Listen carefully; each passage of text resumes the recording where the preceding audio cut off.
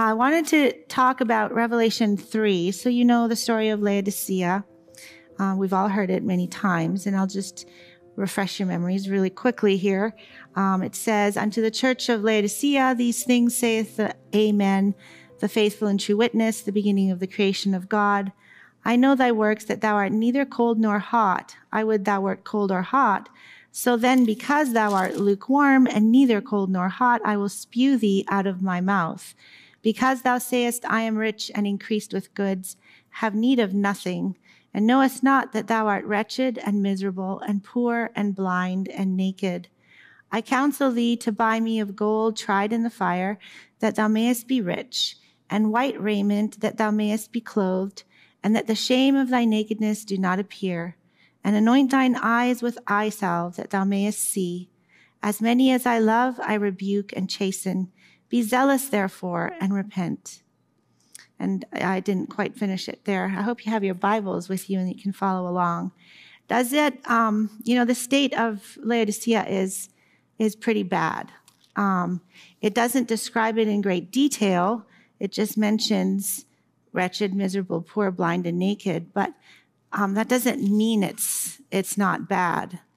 And the lack of detail and the lack of descriptive words does not mean that Laodicea is in very, very poor condition. And in Isaiah 59, if you'll go with me there, this is right after the chapter Isaiah 58, which we all know is the wonderful chapter about the Sabbath and the repairing of the breach, the restoring of the old places, the paths to dwell in. And this is being written to God's people. We have Isaiah 59. And Isaiah 59 paints a picture that is strangely and eerily familiar after we read the story of Laodicea.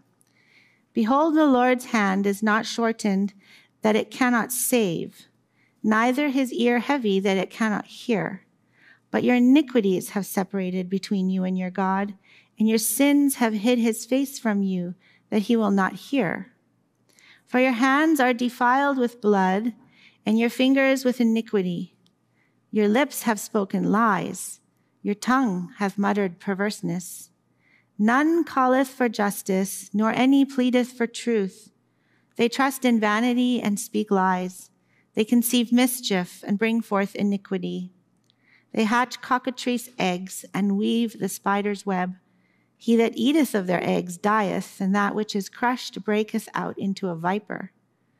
Their webs shall not become garments, neither shall they cover themselves with their works. Their works are works of iniquity, and the act of violence is in their hands. Their feet run to evil, and they make haste to shed innocent blood. Their thoughts are thoughts of iniquity. Wasting and destruction are in their paths. The way of peace they know not, and there is no judgment in their goings. They have made them crooked paths. Whosoever goeth therein shall not know peace." It's a terrible picture of what is happening here to God's people. And much deeper than we probably want to know.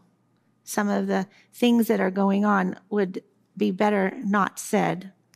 And as you know, in Ezekiel, when he looks in the wall, what does he see? The leaders doing something. Facing the east, worshiping the east, in the east. And so there is clearly in God's people at this time a hidden darkness that people are not even aware of. Behind closed doors, things going on that shouldn't be.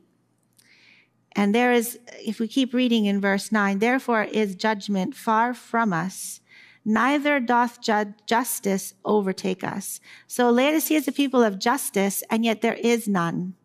There are people of judgment, but they don't realize it.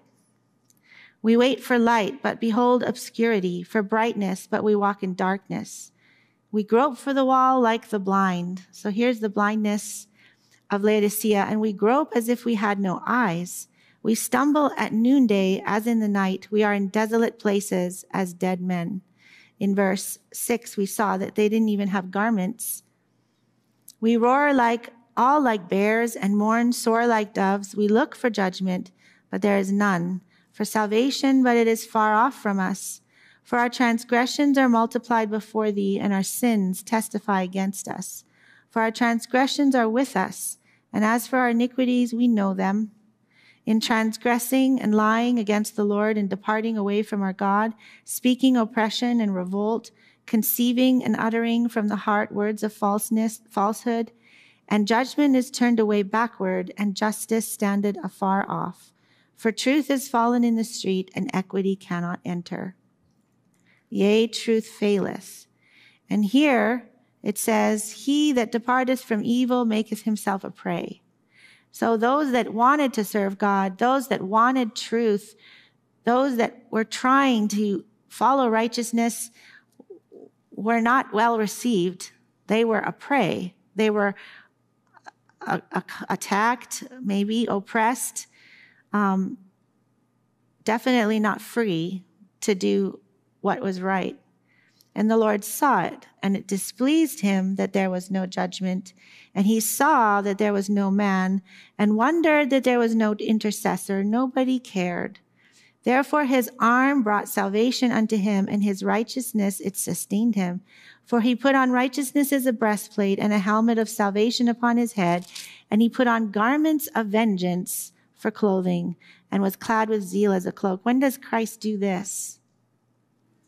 At the end of the judgment, he puts on his clothing of vengeance, and he comes to redeem his people. According to their deeds, accordingly he will repay. Fury to his adversaries and recompense to his enemies. To the islands he will repay recompense. And then we go down to Isaiah chapter 60. So we have here a picture of the church, of the people of God, doing things they shouldn't be doing, far from God. And then a few who want to follow God, and they are the prey. They are the ones who are oppressed. They are the ones who are attacked. They are the ones who are mocked, because the multitude, the majority, don't want it. And then comes the close of probation, and Jesus puts on his garments of vengeance and comes to redeem his people. And we know that there's going to be a people, 144,000 at the end of time. They're going to be united. They're going to be righteous. They're not going to have any sin. And they are going to be giving this loud cry. And Isaiah chapter 60, verse 1 talks about this. And this is the chapter that always gives me hope. Arise, shine, for thy light is come. What was light again? Truth. And the glory of the Lord is risen upon thee. So this is when the Holy Spirit, the latter rain, falls upon his people, and they bring that light, that truth to the world. For behold, the darkness shall cover the earth, and gross darkness the people. But the Lord shall arise upon thee, and his glory shall be seen upon thee. And the Gentiles shall come to thy light, and kings to the brightness of thy rising.